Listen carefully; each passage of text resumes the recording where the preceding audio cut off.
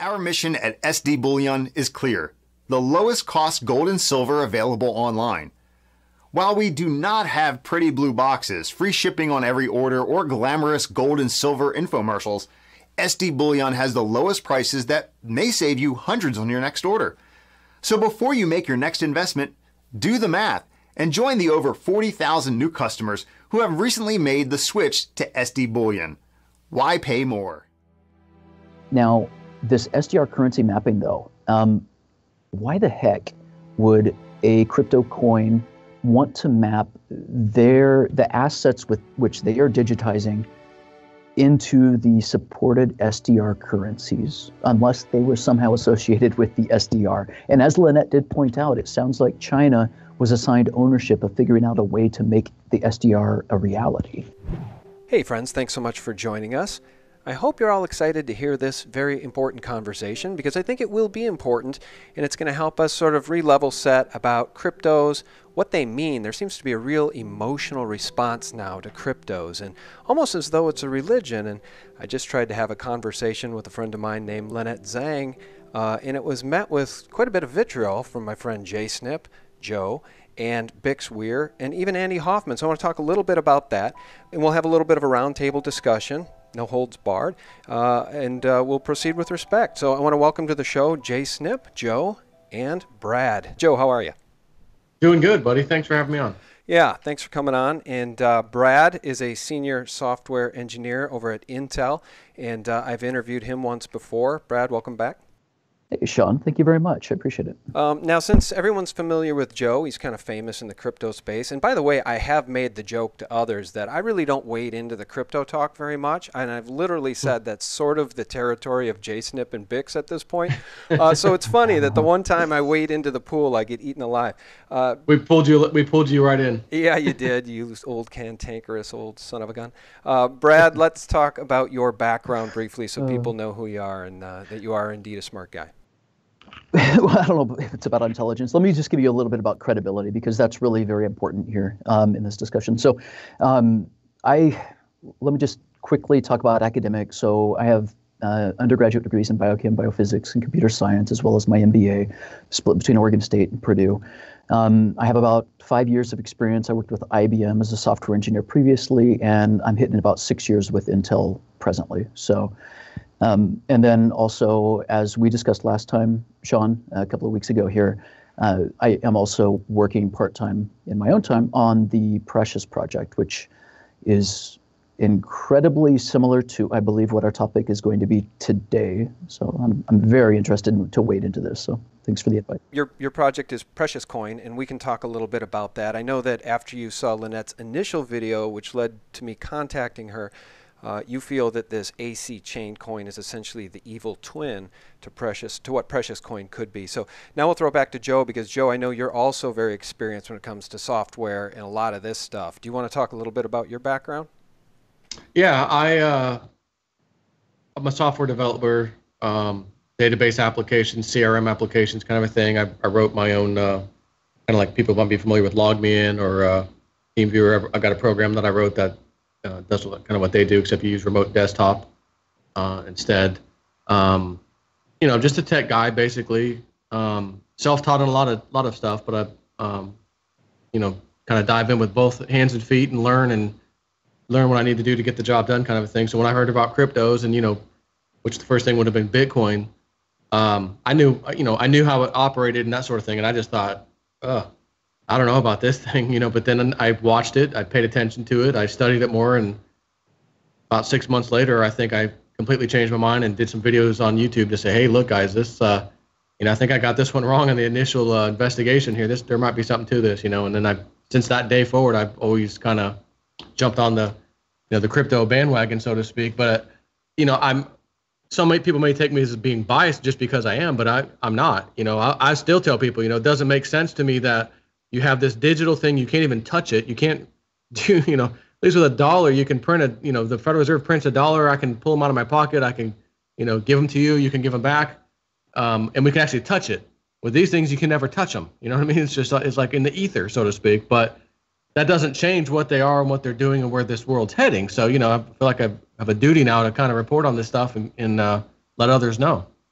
Yeah, and I know you've tried to be forthright about what you're buying and sharing information openly, and we'd all like to see people get wealthy, whether it's from precious metals, cryptos, or both. And I've made the argument now for over the past year. I know in Bix's video today he called me a newbie and I'm scared, and he really conflated a lot of things which we can address here later on. And I invited Bix on here late in the game too, and I don't think he was able to join us, but I feel like he was conflating some things because I started talking about the benefits of owning a little bit of Bitcoin to have some skin in the game. Way more than a year ago, I disclosed when I bought Ethereum. I also own IOTA, Populus, Pillar, Salt, a bunch of different tokens because I want to have some skin in the game. And I've ridden Ethereum from 20 to 420, back down to 140, and now to 300. So fear is not at all what my conversation was about with Lynette in terms of cryptos in general. My fear, as I emailed Bix, is about the fact that blockchain can be used to liberate humanity or enslave humanity.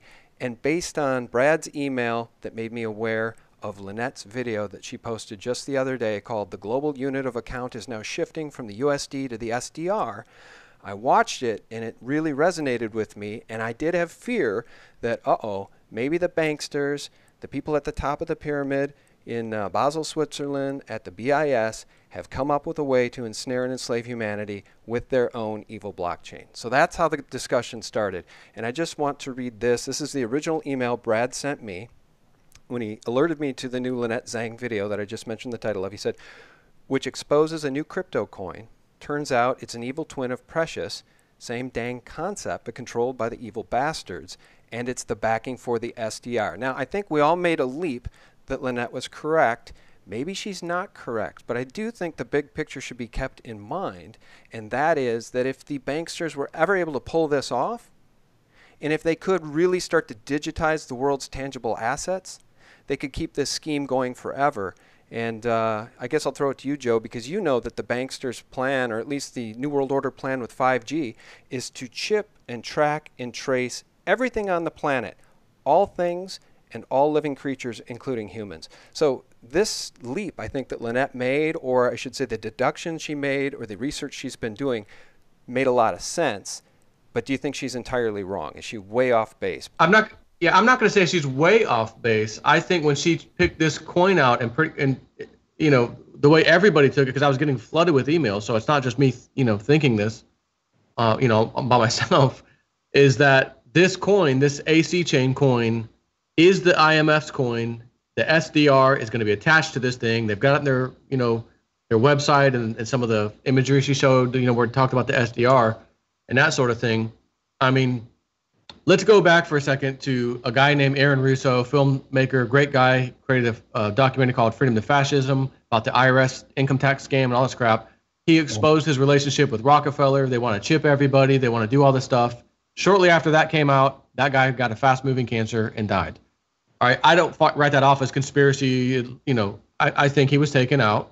He exposed their plan. It's exactly what you just said. It's what Lynette has said. It's not anything I haven't said. We all have talked about this, but I think when she made the leap to where she's kind of attaching this particular coin to that as if, hey, they're working on this and this is going to be their platform. And this is what they're going to use.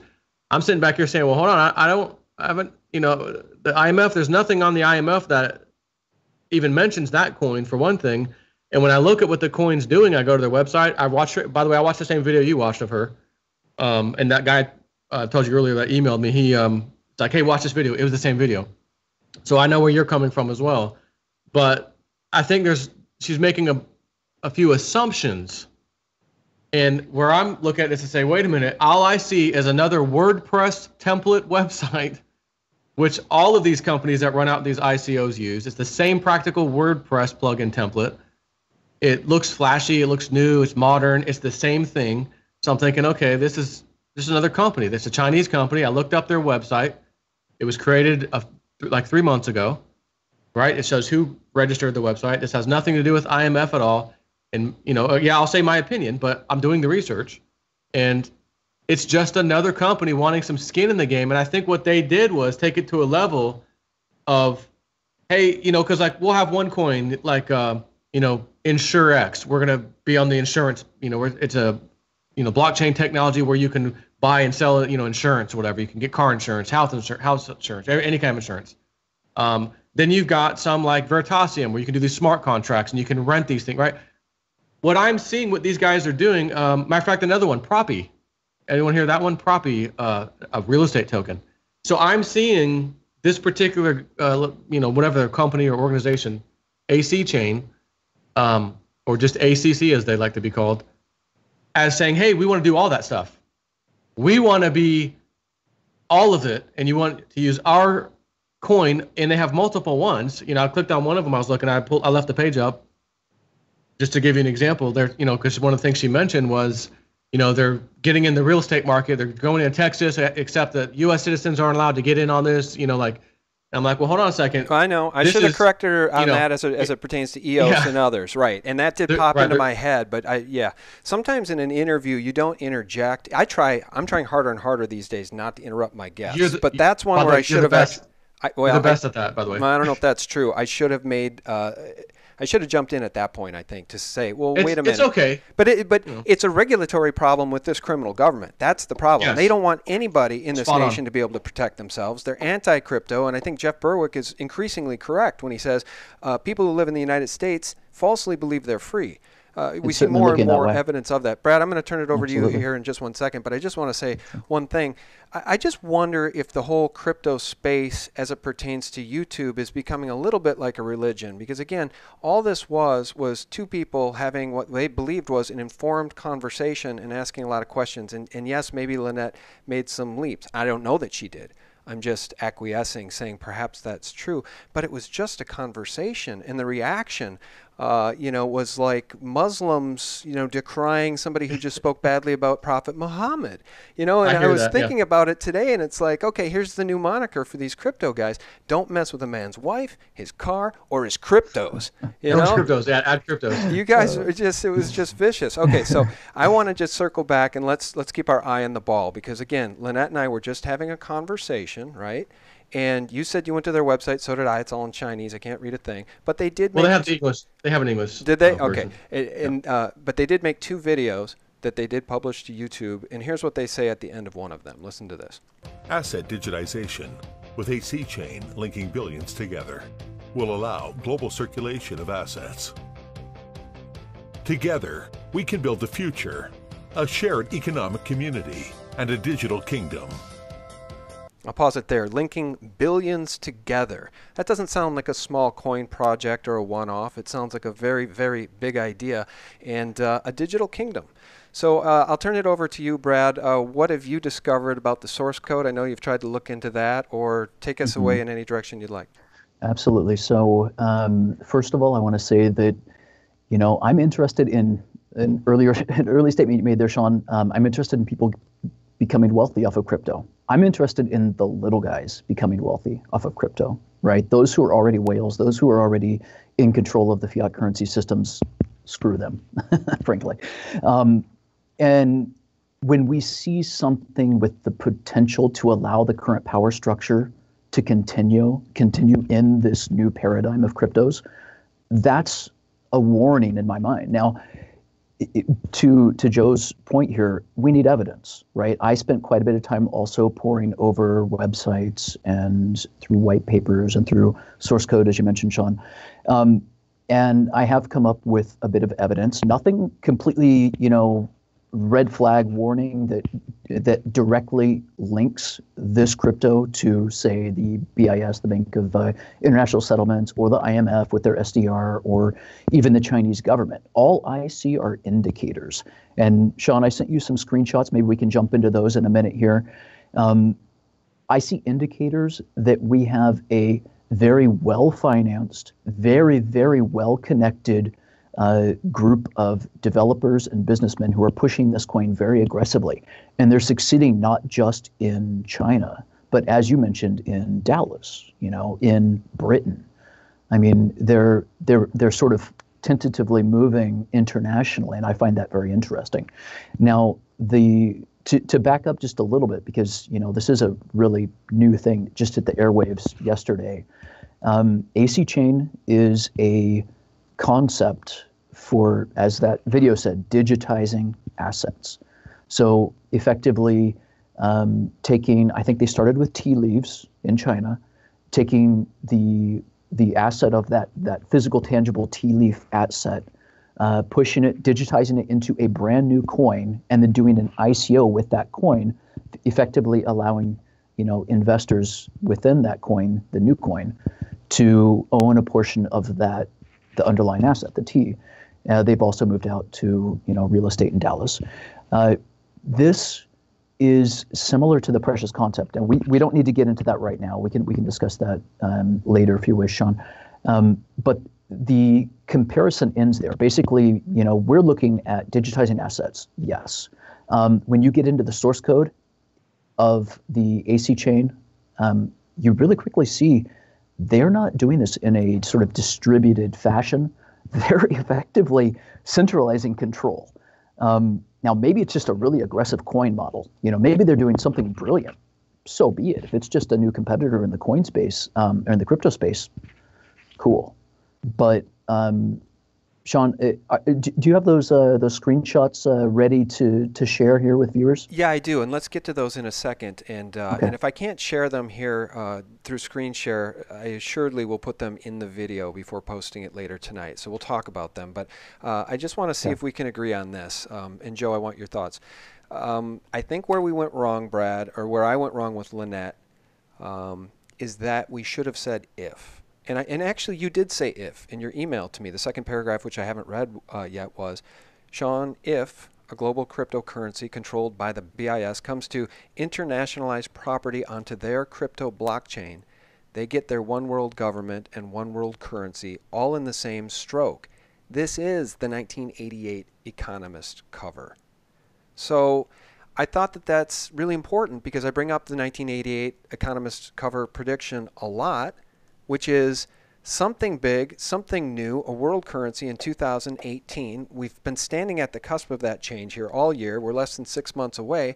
Maybe the medallion around the Phoenix's neck isn't a gold medallion. Maybe it's some sort of cryptocurrency, blockchain, monolithic monster beast coin that'll eat up everything. Joe, can we at least admit that if we had addressed all this as if it's true, we'd have been in a lot better shape than saying it is definitely true? Well, that's sure. I mean, if you say that, but that's, my issue too, though, when I was listening to her, like she talked about Bitcoin, and how it's, there's supposed to be a certain supply of them, and now it's doubled. And to me, this is like common, base level understanding of cryptos that when these coins split, there's two coins, they're different, they're completely different. And if there's 22 million Bitcoins, by chance they were all, we were at 22 million right now. I think they're at 16 million, but the cap is 22. Then there's 22 Bitcoin, and then there's 22 Bitcoin Cash or whatever. Right. It's a lot more like a stock spin-off than a stock split. I got you. Yeah.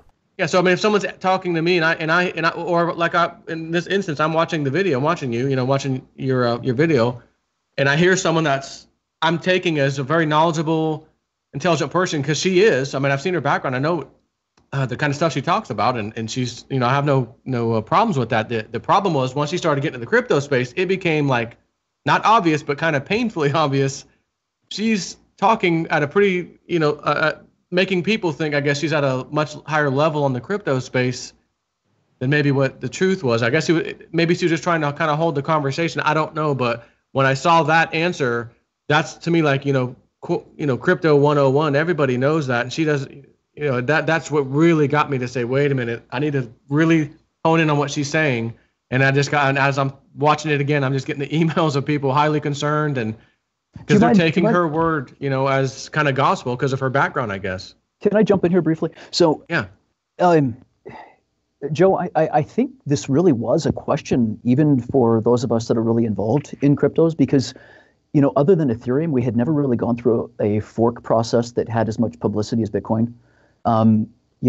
Half of the people that I work with were concerned that the overall value would diminish when we forked, right? It would be some sort of loss of capital, things would disappear. How much Ethereum?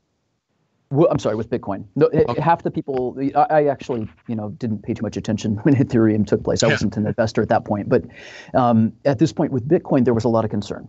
And what we learned, it's relatively new knowledge, it just happened, is that when you hard fork, you effectively simplify the crypto space between those coins, because you're basically creating, as you said, a new coin and another coin, and both of which have their own distinct purposes. You're adding value. I don't think we really knew that was going to be the case. Some of us were concerned it was going to fall on its face, coins to be lost. I mean, it's really informative. I think it's going to change business models going forward. People will look at a fork as a good thing. Yeah, I agree. Well, let me say this, too, as it relates to trying to defend Lynette a little bit. Bix also put up a pretty scathing video regarding her today, and I just want to play a couple sound bites from him because, frankly, as I re-listened to the interview, he seems to agree with her more than he disagrees with her. Listen to this. Yeah, of course there's plans to... The bad guys aren't going to just let this thing go, and the banks aren't going to lose all their control. I would be very wary of real estate-backed anything, knowing that most of the real estate is fraudulently put together with the robo-signing and all that put into a mortgage-backed security. So what a great way to hide it if you put it into something like an ACC coin that basically gives title to the coin, and then you can sell off the coins and basically spread your bad deeds and bad assets to everyone in the world and walk away clean. The banks will probably accept something like that because they know if they can put all their assets into one supernode blockchain, what's it called, ACC coin, they can hide a lot of their crap and a lot of their bad deeds. So there's no doubt in my mind that the IMF would be doing this. He does admit that this is the dream of the bankers. It's what they'd like to do. They'd like to use the blockchain for nefarious purposes. So I think the conversation is still in play. I think it's a conversation that should continue regardless of whether or not we find out AC coin or whatever, ACC coin or what is it called? ACChain or ACChain. ACChain is a real threat to humanity or just another cryptocurrency? Well, let's talk about that for a second. Like I was looking, like I said, they have numerous ICOs. I got like 3 of them going right now. The Tea Leaf thing, they've got the other one in Dallas, and it even shows on the page. Current total investors, 8. ICO goal, 50,000 of these SRTs. And that's a different one, not the SDR, so it's called an SRT. And amount raised currently is only 8,000 out of 50 million. So again, I'm thinking, okay, if this is IMF, bankster boy, you know what I mean, backing, this is a failing ICO. It ends tomorrow. Well, so correct me if I'm wrong. All I see is just go ahead. No, I think the original coin offering closed several months ago, and this real estate one. Okay. Here, so the T one though, Sean, if you insert image 6 that I had sent to you, this was from a press release. The T related ICO that they launched. They did it under a company called PureBank, P-U-E-R Bank Group. And I found that in source code, and then I went out and Googled what the heck is PureBank and came up with this T ICO. It raised over 100 billion yuan, which is approximately $15 billion US. That one I would say was pretty profitable. Yeah, that was massive. So maybe the Dallas one is early in process. Maybe it's going to grow. Maybe it'll change. I mean, or maybe they're having problems with SEC stuff since that sort of hit us all in the face pretty recently. Yeah, but, my question would be again, like if this has anything to do with IMF, there ain't going to be a disclaimer. Hey, America, you can't get into this, like the typical ICO stuff we see every single time, where they don't want to deal with the SEC and the regulations. This would be a massive green light, SEC special approval. This is IMF. Essentially, the United States, you look back into that history, we kind of created the IMF. Their home base was in America. So that's like, we're tight with what's going on. So to me, this is just an ICO, and they're doing another ICO and a third ICO, and they want to get everything. They want to be the end all be all. We're the big boy. We're the big player. And then, hey, we got they're just, to me, looking at saying, oh, look, if this was the SDR would be here, central, as kind of a PowerPoint slide without the SD or the IMF's approval kind of a thing. It's like, hey, let me just show these investors or potential investors what we can do.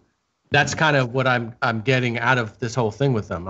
If I can get a little woo-woo here for a minute, and I know, Joe, you're in on this since you're talking to Cliff all the time. Well, and I've got a woo-woo moment too, because this whole thing inspired an old memory about when Hillary Clinton was at the State Department. Do you guys remember the rumor in alt media that she traveled to China and I believe had a meeting, the subject of which was not made public, in which the rumor is she pledged a whole bunch of assets and property to China. So that sparked a thought recently with this whole altcoin offering, and one wonders if this isn't one of the ways, since it's a Chinese company, for them to now make good on that promise, because now they're doing the houses in Texas. I think there's a litmus test happening here, and Brad, you could probably speak to that as an engineer who has to test his software. Yeah, this is exactly sort of where I was going with my woo-woo as well, Sean. So I'll take that just a step further. Within, I don't recall whether it was the TPP, which Trump shut down, or the TISA, which I don't think Trump has shut down yet. One of them defined, what were they called? Investment exclusion zones, I think it was, where if a foreign nation owned a given property within the U.S., the laws of that foreign nation would apply within that purchased area. How well does this fit into that? I mean, if somebody builds houses or an office park, in the U.S., guess what? They may not have to respect U.S. laws in order to, employ people within that area. It's a potential growth, direction they could have been planning on going, if Trump hadn't shut down the TPP. Yeah, can we talk about this source code, Brad? You sent me Absolutely. another screen grab here in which in the source code you find an SDR currency list, including the Chinese RMB, the US dollar, Japanese yen, the euro, the British pound, and you wrote smoking gun. Here is their SDR currency map. That may or may not mean anything. To me, I'm not a code guy, and it could just mean that somehow they have their currency pegged, or what do you think it means? So if you don't mind, let's go through a couple of these source code screenshots. So the first one you're referencing, SDR currency list. To me, it looks like what they're doing is they're digitizing, as their video said, they're, digitizing, tokenizing, symbolizing, right? And then within the symbolizing, that's when they assign a currency mapping to the underlying assets. This here is the currency map. This is the portion of the symbolizing. And this screenshot is really just to indicate, look, this is this is an open source project, and this is another matter. Let me step back and deal with that point too.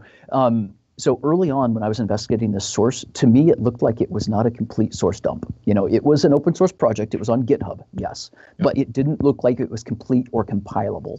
I started digging in after our emails, and pulled it over to a Linux box where I can actually do a lot more analysis. And when I was digging in, I found out, so it doesn't originate with Bitcoin. It originates with something called ACCH, which is apparently a Chinese original Bitcoin reimplementation in JavaScript. It does not go under Bitcoin at all. So the code looks entirely different, works differently. There's certain similarities, but it does appear to be open source. So for that matter, at least let's set aside it is an open source project. It looks complete. Now, this SDR currency mapping, though, why the heck would a crypto coin want to map the assets with which they are digitizing into the supported SDR currencies, unless they were somehow associated with the SDR? And as Lynette did point out, it sounds like China was assigned ownership of figuring out a way to make the SDR a reality. Okay, and Joe, jump in if you'd like anytime here. I will try to get to this. Do you want to talk about any of these other screen grabs? You're going to help me. Absolutely, yeah. If you guys want to respond, I'll them here. Yeah, so can you see these on my screen now? Like if I open that one? Pure Bank is awesome. Somebody had in the code. Yeah. Here, let's go to image 2 quickly, and I'll walk through these, and then you guys can chime in as you see fit. So here we had actual instances of the assets that they're digitizing. Now, the very first one is quite interesting. It's Bitcoin. Effectively, they're claiming they sit above Bitcoin, and they're going to be able to digitize Bitcoin ownership onto their blockchain. How presumptuous is that? I don't know what their overall motives are, right? But it's a pretty big claim. And then there's some other interesting ones in here. There's something called BUHG. No idea what that is. I'd love to hear input from viewers, but no clue there. We had another one, which was the Mi Ying Yu group. Never heard of that either. If you go and Google, there is some interesting information, and it sounds like they're tied to some of these ICOs. So that's image 2. If we go to image 3, There we have a beginning of what their overall control grid is. They have this, what do they call it? A virtual issuer. Basically within their source code, within their Genesis block, they're identifying quite a large number of originators who have the ability to actually authorize the conversion of an asset into a digital form on ACChain's blockchain.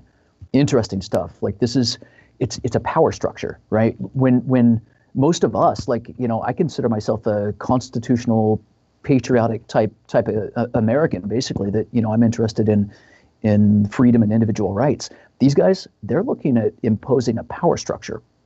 It looks quite a lot like the existing power structure in a crypto world in a way that they digitize assets. So again, interesting stuff. No smoking gun, no total smoking guns. That first slide's interesting, but like we don't have a direct chain to a bank or to the BIS. Okay. Yeah, what I see is kind of what they've said. Where they want to be the end all be all of everything. Digitize everything, make everything. With the assets, they would have to have that in their source code. I've looked at it myself actually.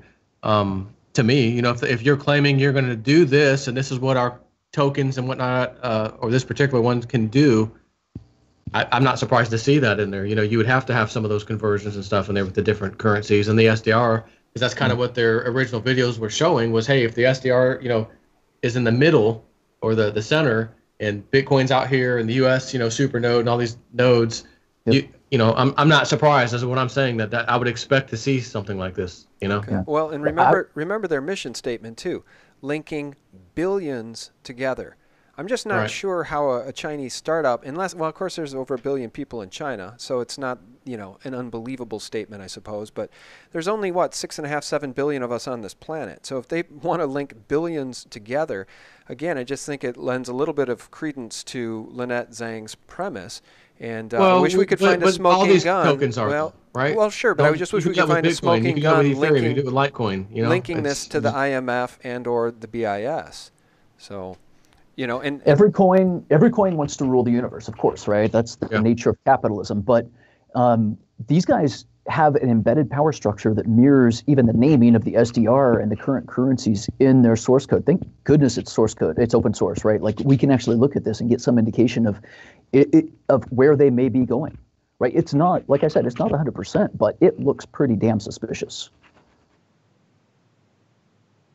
Oops. I would still ask though, like, you look at some of their videos, the English is wrong, the grammar's wrong, they're using a WordPress template. Like this is not, in my view, even kind of a group that, even behind the scenes or whatever, that was working with the IMF, and let's say we didn't know about it, this little deal they had.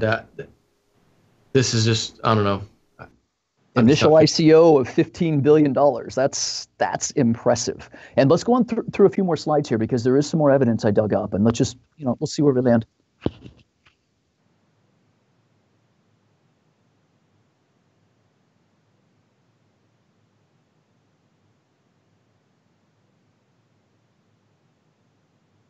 Yeah, I don't know of any.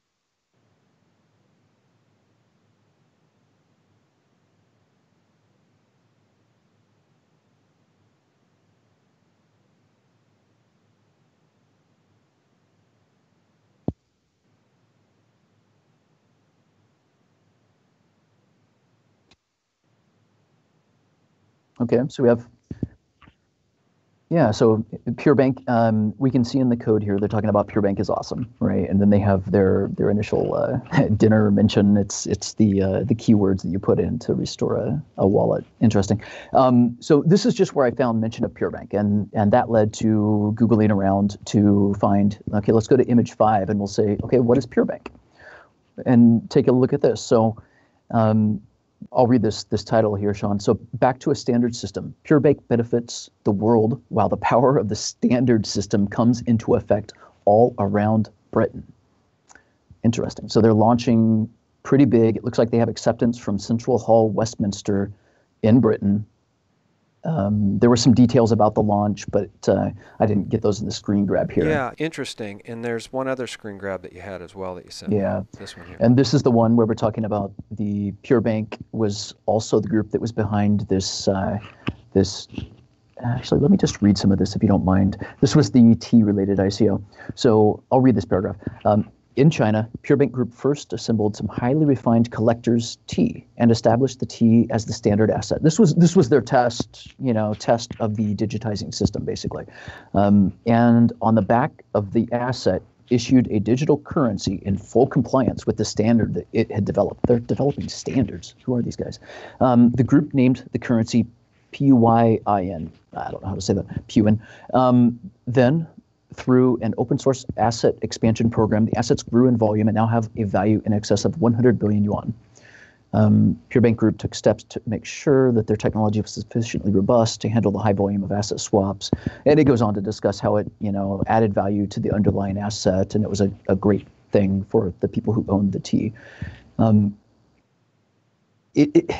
This, like I said, this isn't a 100% evidence, but what we see here, what we do have evidence of, is they've played in multiple geographies, multiple sovereign countries, including Britain and the U.S. As far as I know, I think Britain signed on as one of the supporting members of the BRICS consortium. So, interesting connection there, maybe why they're playing in Britain. The U.S. is not, so, I'm not sure what's happening there, but I'll throw it over to you guys. This is what I've managed to dig up thus far.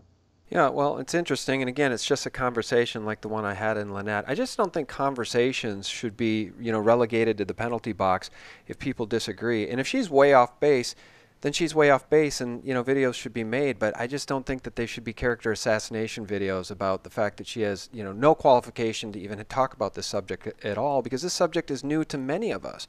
And if we're going to start putting up rules and regulations about who's qualified to raise red flags and who's not, I think that's a big mistake. It's a little bit like what's going on with these safe spaces in colleges and stuff today. It's just ridiculous. We got to embrace openness and conversations. And I think, Brad, you've brought a lot of things to the table here that certainly give me pause. I mean, a $15 billion valuation on this thing, or amount raised or whatever, and it's probably all insiders. I don't know. I think it's cause for concern. I don't know. It's I'm glad we're having a conversation. I'm not. Yeah, I don't. It's a great, phenomenal number for sure. But these tea leaf things. But again, it's the same group. They're doing this thing in America, the real estate thing, and it's, as of right now, it's a horrible fail. If this is the group and they've got that much power and they've got all this money, they just pulled in 15 billion from this tea leaf thing. How are we not seeing that here? Again, this would essentially be a global thing, vampire squid, that's got its tentacles everywhere. And we know the U.S., at least the status quo, the club, which runs the U.S., is all for this kind of stuff. I just can't see. I'm just not seeing anything at this point more than they're ICOing their way to. One was a great success, one wasn't. One was horrible.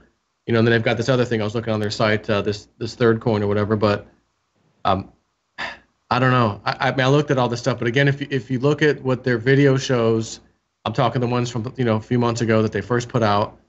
The kind of stuff we're talking about, and like even in the code and stuff, to me, it's totally expected to be in there because of what they're trying to say. Hey, here's what we can do with our coins and our tokens and this this platform that we want to create.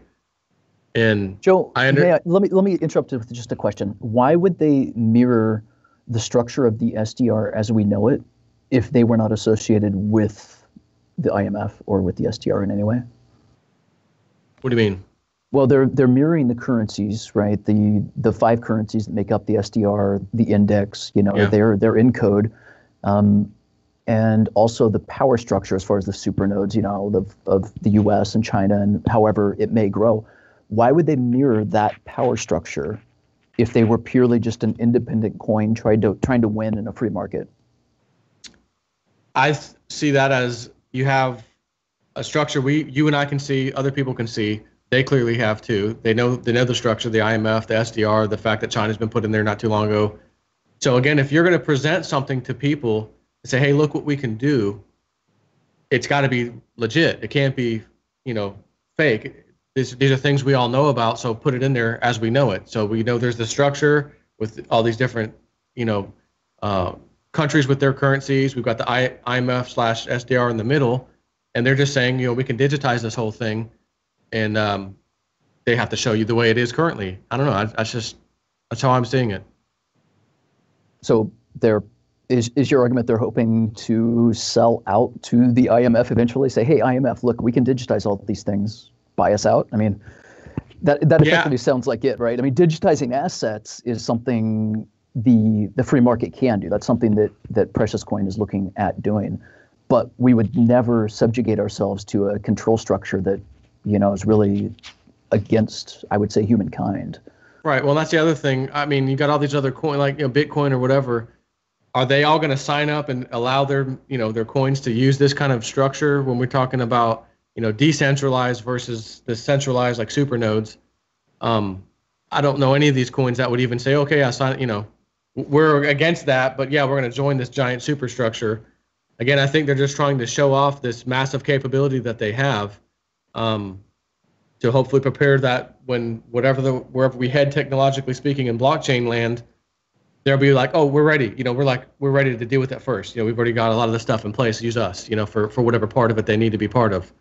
I mean, I don't know.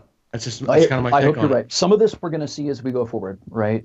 I mean, at the very least, Joe, you have to admit it's pretty interesting what they are doing. Clearly. And that, there is potential for concern here. I would add to this discussion, Sean, this is an insight you and I discussed via email, and I think it was relevant to this discussion here. If we in the U.S. are sitting here in a house and the house is valued, let's just say, you have a $300,000 house, and your neighbors is similar, and you start to see the house market top out and start to decline, perhaps because your house is denominated in dollars, the fiat currency of the U.S. starts to fall on its face because, debt levels are through the roof, right? Very plausible scenario. If the value of your house in dollars collapses, but at the same time your neighbor's house is perhaps on an ACChain or some other digitized, blockchain, it's not exposed to the US dollar, which is perhaps collapsing. Therefore, its value may not diminish. That right there is an incentive. While your house is going down in value, that's an incentive for you with your house to say, holy crap, I want to get on that blockchain too. So then, people go and maybe they look at how to digitize their assets. This is a danger that we might not actually see fully realized until we have a crisis, and then we start to see people moving assets into a position where they're not exposed to the failing of the fiat currencies. It's interesting, although, in an environment like that where all of the neighbors' houses were falling in value except for one guy, and we were going through some sort of hyperinflationary crisis, nobody's going to be able to buy your house, from you. I mean, if America burns down and you're the one guy whose house is still worth $650,000 while everybody else lost everything, I mean, it's just numbers on a blockchain, right? I'm not sure how that really would happen. Yeah, but isn't, if you're comparing a blockchain value, whatever token value versus US dollar value, isn't it kind of the same? If your house, if the dollar is hyperinflated away, it's still kind of the same conversion one way or the other. I mean, so let me try to address that. It's a good point. And this is something Cliff has said a number of times where it sounds, we all love Cliff, obviously. Oh yeah, yeah. Love the guy, Sean. So he said a number of times, it sounds like with his predictions, it sounds like we're heading into a situation where the credit markets seize up in US dollars, right? If the credit markets do seize up, then Sean, exactly as you said, people won't be able to buy your house denominated in dollars. But if your neighbors is on the ACChain, it's not up for sale in dollars, right? It's only up for sale in whatever their currency is called, whatever coin they launch based upon real estate. That currency may not be going through the same conditions. Now, if there is a change in relative conversion rates, the dollar could inflate away, but how would that work? Well, I would suspect that only people that are sitting on a pile of cash would really be able to move in and buy a house. So at the very least, the number of buyers is going to go down. So in dollars, I would say the price is going to go down. Even if the currency does inflate away, there's still not going to be as many buyers. Right. So to me, it looks like incentive to, jump over to that digitized asset blockchain. Right. But if you're also the American government, at least at this stage is, and honestly, it's probably a bit out to the future as far as I could see, I would think, dollar is king, do everything to save the dollar. Are they going to actively promote, hey, dump this turd dollar and, go sell your house into this asset? Like they would literally criminalize, blockchain technology if that was the case when people, when dollars are dying. And, to me anyways, I think we would, honestly, we're going to at some point see, they always got to make us feel pain or else we're not going to want the change. Why change anything if we don't feel pain? So we have to feel some kind of financial pain. And I think, this is my opinion, we're going to see dollar dying, a little bit of pain financially for all of us. Yet, oh my God, look at the price of cryptos these days and or gold. And it's going to cause people to just say, the hell with this, I'm putting my money, whatever I can over here in blockchain to save their bacon. I don't know that we're going to be at the level of like what we were just talking about, where these houses already on the blockchain or whatever as assets or digitized at that point. Could that come after the smoke and stuff settles, as them saying, hey, we realize we effed up, whatever, we can't go back to the old system. We know you guys aren't going to put up with that. Here's the new system. Look how well these cryptos did during the crisis, and we're going to go ahead and make things to whatever get out of the dollar, what's left of it, into cryptos. Yeah. No, I agree with you. I think cryptos, I think, have, the sky's the limit. Obviously, it's the future. And I would say one thing I would chime in here with is, when somebody launches a new ICO, it's basically a business. They're providing a product. It's just a new way to finance a business idea. And it just happens to be a currency. So there's some pretty cool stuff you can do there. But the underlying reality is just every ICO, like if you take crypto, as a whole, it's a refutation of the power of the central banks. They're going to want to counter us somehow, some way. Yep. ACChain looks like a really good way that they could potentially do so. But don't you think that they, when the IMF came about or any of these, elitist organizations, they don't use someone else's like technology or their thing. They have their own. They create their own dollar. They create their own structure. They are like the central bank kind of a thing, them in the World Bank. And I would think to myself, which I've already thought, I sent some kind of talking points to myself in an email, but wouldn't they have either hire the best and brightest period and do this while you and I don't even know it's happening and have this infrastructure built? Or do they use some Chinese company, again, the grammar's wrong, the videos are weird, all this stuff, to later on tell us we're going to go with those guys? Well, that's just the English. That's just the English translation too. Number one, but number two is, how do we know these aren't the best and brightest in China? How do we know that this isn't the effort being made to pursue this and still have plausible deniability? They're not going to come right out and do this in public, Joe. You know that they're going to keep their secret but it'd have to be an plans in IMF secret until they hatch them, until it's too late. Yeah. Or the SDR. But that's what I'm trying to say. Like, why wouldn't we hear about the IMF, some group making this, not taking someone else's application and saying later on, we're going to go with those guys. Because there would be a resistance to it, right? There would be resistance. If the IMF, you guys talk about this all the time. There is a big immune response of humanity against the central bankers right now, thanks to folks like G. Edward Griffin and everybody's against it. If they actually came out and it was open, my God, the response would be very powerful. There would be patriots and independent people everywhere saying, screw you, we're never touching that coin. They have to do something, quietly and, as Sean said, deniably. I'll say this too. Small Gold, Lewis tends to disagree with a lot of things that a lot of us discuss. He does not believe that the collapse of the U.S. dollar is around the corner or imminent in any way. And he sent me a bunch of emails today, and I did promise to try to mention some of those. So, and he doesn't necessarily agree with Lynette either. Here's one of his emails. Says, Lynette talked about market SDRs. There are no such things. There are SDR bonds based on the value of the SDR, but payable not in SDRs, but in an IMF currency like yuan. I think the Chinese won last fall is the only one, SDRs trade only among member banks as a reserve asset.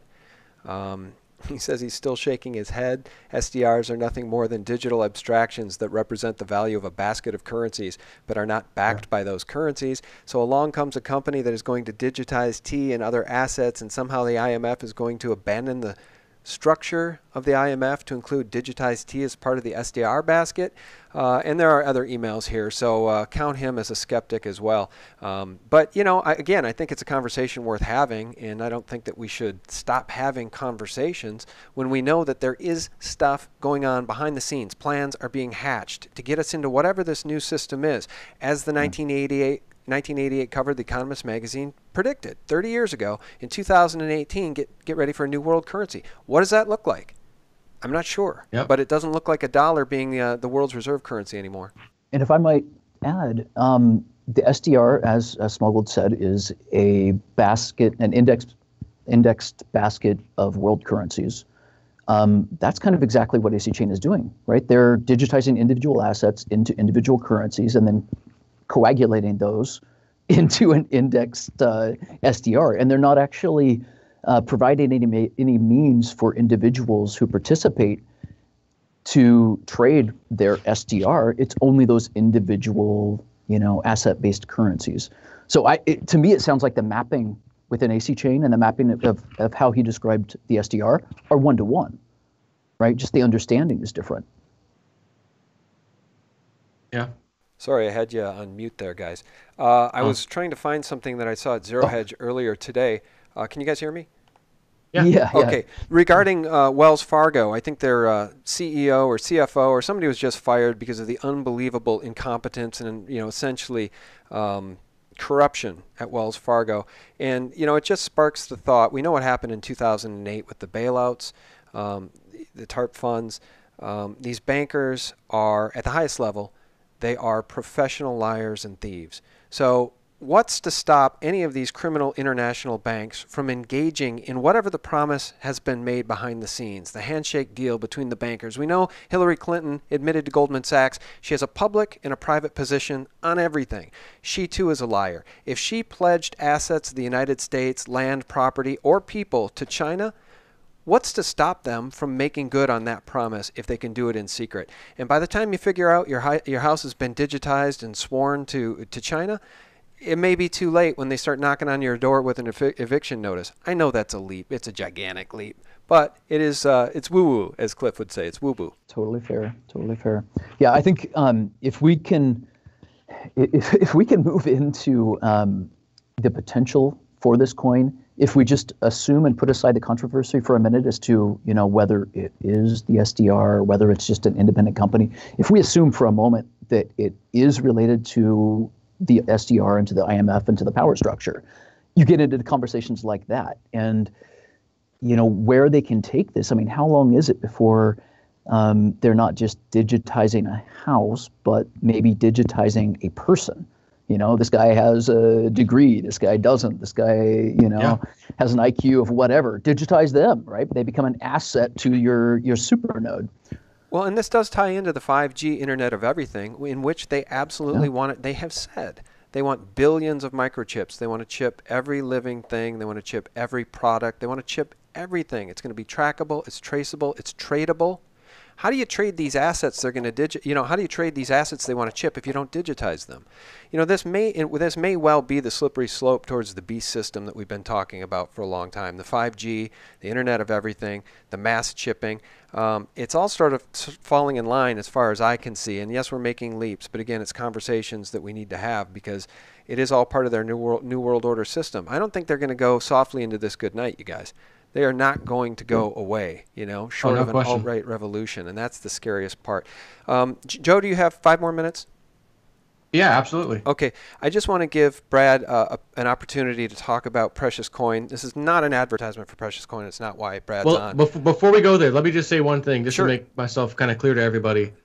I probably should not have said, Lynette, you're not even qualified to talk like that, That was probably me being aggravated by the massive emails hitting me and people scared to death in panic mode and me just wanting to kind of, say what I had to say. But she's very qualified with, I mean, I look at her background, her financial background, her banking background. She knows what the hell she's talking about. It was really essentially when she started talking about the Bitcoin stuff and didn't understand the forking and all that, which made me think, just like I haven't qualified to talk about this stuff. What is she doing? You know, she's causing panic. But I want to say she's definitely a truther. She's out there trying to get the word out to people. I totally respect that. I respect her. I probably should not have used the word, you're not qualified to talk, like that. I was just extremely aggravated at the time. And, sometimes me, realist newsman, I got to keep it real. I got to go out there, do my car real fast and say something, And maybe sometimes I speak a little too soon or too quick. So there's no disrespect to her. I don't mean any. There's a guy who's trying to possibly set up a roundtable discussion between me, her, and him kind of moderating it. And I'll be glad to do that too. I'm not here to bash people, but just want to kind of get that out of the way. Yeah, that's very nice of you to say that. I appreciate that. And because we're all in this mess together, right? And I loathe infighting. And that's why in my response video that I posted earlier tonight, which I think I titled, what did I title it? Fear and Loathing in Crypto Land. I don't dislike, you guys are my friends, Bix and you, Joe, and who else? Andy Hoffman. I've known a lot of you guys for a long time, so I hate infighting. So I'm just glad we were able to have this conversation and try to find some common ground, because I don't think when it comes to cryptos and the plans of the international criminal bankers, there are any dumb questions. I think the whole goal is to wake people up. And again, the responsibility I'll take with that interview is that I guess we presented everything as fact, and I really need to be more careful too. And that's my responsibility. I'll try to be more careful about those things in the future. So really glad we had this talk. And Brad, you did say originally in that email to me that you felt like this new ACChain thing was sort of an evil twin to what you guys are trying to work on with Precious Coin. Can you just give us the 2-3 minute elevator speech? Tell us about Precious Coin and how it could be a way to liberate humanity versus enslave humanity. Yeah, absolutely. So I think this concept of asset digitization it's brilliant, and it's going to happen because, frankly, the paperwork that you deal with in selling through the traditional routes is typically, just overwhelming. I mean, try to sell a house and see what it costs you. Same thing, try to ship something internationally. So I'm pretty sure the, assets are going to be digitized, and this is a good thing. Now, the question is, how do we manage that? How do we, as individuals, benefit from that? Do we allow the existing power structure to maintain control and to basically come in and say, yes, Joe, you can sell yours, but Sean, you cannot, right? Screw that. I am all about decentralization. Precious Coin mirrors our vision. It's like I said, the twin of ACChain, but our control structure is distributed as well. We're looking for input from the people who own the coin. Now, if Joe, to take an example, just to use you for a moment, you owning 1,000 precious coins would effectively have 1,000 votes as to whether a particular asset were digitized or not, right? It's a vote process, and if it is digitized, new currency is created to purchase that asset, bring it onto the blockchain. Now, you get to vote because when we create new coins, that dilutes the purchasing power of the coin, right? There's more coin around, therefore it impacts you directly. We see that as you, as the owner of this coin, of this community, have the right to decide whether your asset is diluted or not. Now, the idea being, if you do purchase this house, you do bring it onto the blockchain, it brings value to the coin as a whole, because perhaps you can rent that house out. And the rental income comes back to the coin. That's income to the coin. That's income to you as well. So it's a judgment call for the community to decide how we grow, whether we grow or whether we, don't. If we want to expand to China, that's part of the vote process. So, if to step back on ACChain for a moment, ACChain is all about the power structure. The supernodes decide what gets digitized, how they do it, whether they do it, and how much coin gets generated. If they are deciding to print 10% more of their coin, how is that different than the current central banking model? And let me ask you a question on that. Sure. On that, the ACC thing, did you come across any kind of patent for their like blockchain technology at all in your research? No, I didn't see anything. I didn't either. And that was kind of another flag for me to say, well, man, if you got Goldman Sachs and JP Morgan, these guys going out patenting, putting patents on their blockchain technology, this is the IMF. They would, you know what I mean? Like, this has got to happen. That's one of the, that's what I was going to ask you, because I couldn't find anything myself, which isn't to say it's not there, but I didn't find anything, you know? It's an interesting point. They would, Maybe something you'd have to dig patent into. that, you know, Yeah. but who knows? If I might anyways. just take one more minute with Precious. So, Sean, because I did, launch the pre-ICO on your channel about a week before the SEC shut down everybody that was doing an ICO. We've revised things somewhat. We're still proceeding. The way that we're looking at things, we did learn from the Bitcoin hard fork. We're currently the investors that we got, and we got a great deal of interest after your channel, which was after that show aired. It was pretty phenomenal, the number of people. I've been buried in emails ever since. Well, and by the way, I didn't. The goal of that conversation was not even to talk about Not at all. Precious. Not You just at all. brought it up at the end. So it was 5 minutes at the very end of an hour-long discussion. So it was amazing, the input that we got. So what we're doing, though, we did learn from the Bitcoin hard fork. What we're doing, we're starting small. We're going to be launching a coin. We're looking at 2 weeks, initial coin version 1. And then we're actually planning on taking advantage of that hard fork. We're going to hard fork monthly. So early investors actually are going to, get the first coin. We're going to hard fork approximately a month later with added features. Hard fork a month later with added features. And then after, we're looking at currently 4 revisions. Fourth one is full Precious, the full goal of as I said, the voting community, the digitization of assets, the whole thing. So getting in early, there is benefit still, but we're modeling it differently because hard forks are a good thing. They lend value, they lend clarity, and each individual one is effectively a business.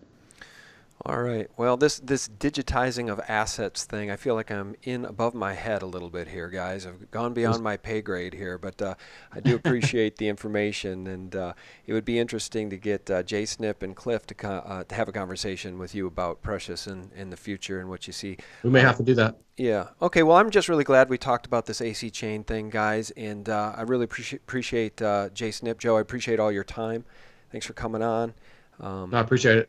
Appreciate it. And of course, Brad from Intel, very cool of you to take time to visit with us as well.